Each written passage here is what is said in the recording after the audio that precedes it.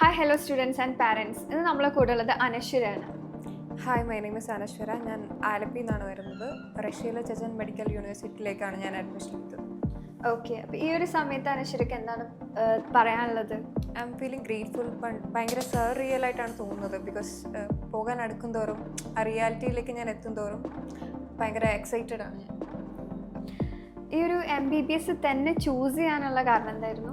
I always wanted the best. പിന്നെ എനിക്ക് എന്നെ പ്രൗഡാക്കുന്ന ഒരു കരിയർ ഓപ്ഷൻ ഇവിടെ വേണമെന്ന് എപ്പോഴും ഉണ്ടായിരുന്നു. സോ അതുകൊണ്ട് MBBS ഒരു ബെസ്റ്റ് ഓപ്ഷനായിട്ട് എനിക്ക് തോന്നുന്നു. ഓക്കെ, ഈ ഒരു പ്രോഗ്രാം ചെയ്യാൻ വേണ്ടിയിട്ട് റഷ്യ തന്നെ ചൂസ് ചെയ്യാനുള്ള റീസൺ?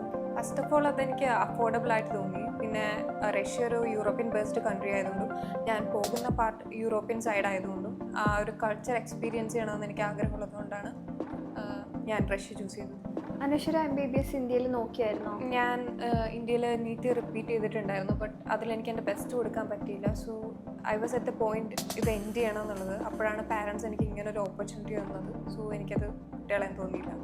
ഈ ഒരു പ്രോഗ്രാം ചെയ്യാൻ റഷ്യ തന്നെ ചൂസ് ചെയ്യാനുള്ള റീസൺ എന്തായിരുന്നു? ഫസ്റ്റ് ഓഫ് ഓൾ അതൊരു അഫോർഡബിൾ കൺട്രി ആയിട്ട് എനിക്ക് തോന്നി. പിന്നെ MBBS പ്രോഗ്രാം ചെയ്തിട്ട് ഒരു ബെസ്റ്റ് ഓപ്ഷനായിട്ട് തോന്നി. Because I get to know അവിടെ കെഡാവേഴ്സ് ഒക്കെ അവൈലബിൾ ആണ്. പിന്നെ ഒരുപാട് റിസർച്ചസ് ഒക്കെ നടക്കുന്ന ഒരു കൺട്രിയാണ് റഷ്യ.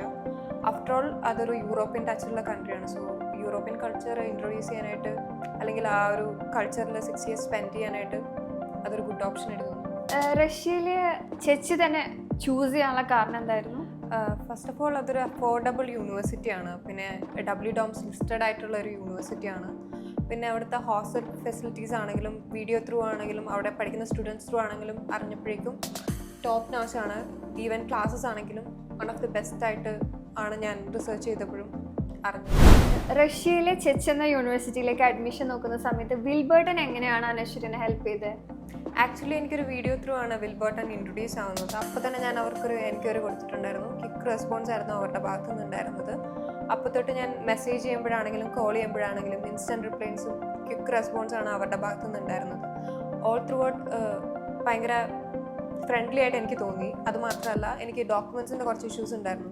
ആ ഒരു പോയിന്റിലും ദേ വർ വിത്ത് മീ. അത് ഫുൾ സോർട്ട് ചെയ്യാനായിട്ട് അവർ എന്നെ നല്ല രീതിയിൽ ഹെൽപ്പ് ചെയ്തിട്ടുണ്ട്. ഫോർ മീ ഓവറോൾ ഒരു ഗുഡ് എക്സ്പീരിയൻസ് ആണ് വിൽബർട്ടൻ്റെ സൈഡിൽ നിന്ന് എനിക്കുണ്ടായിരുന്നത്. Thank you.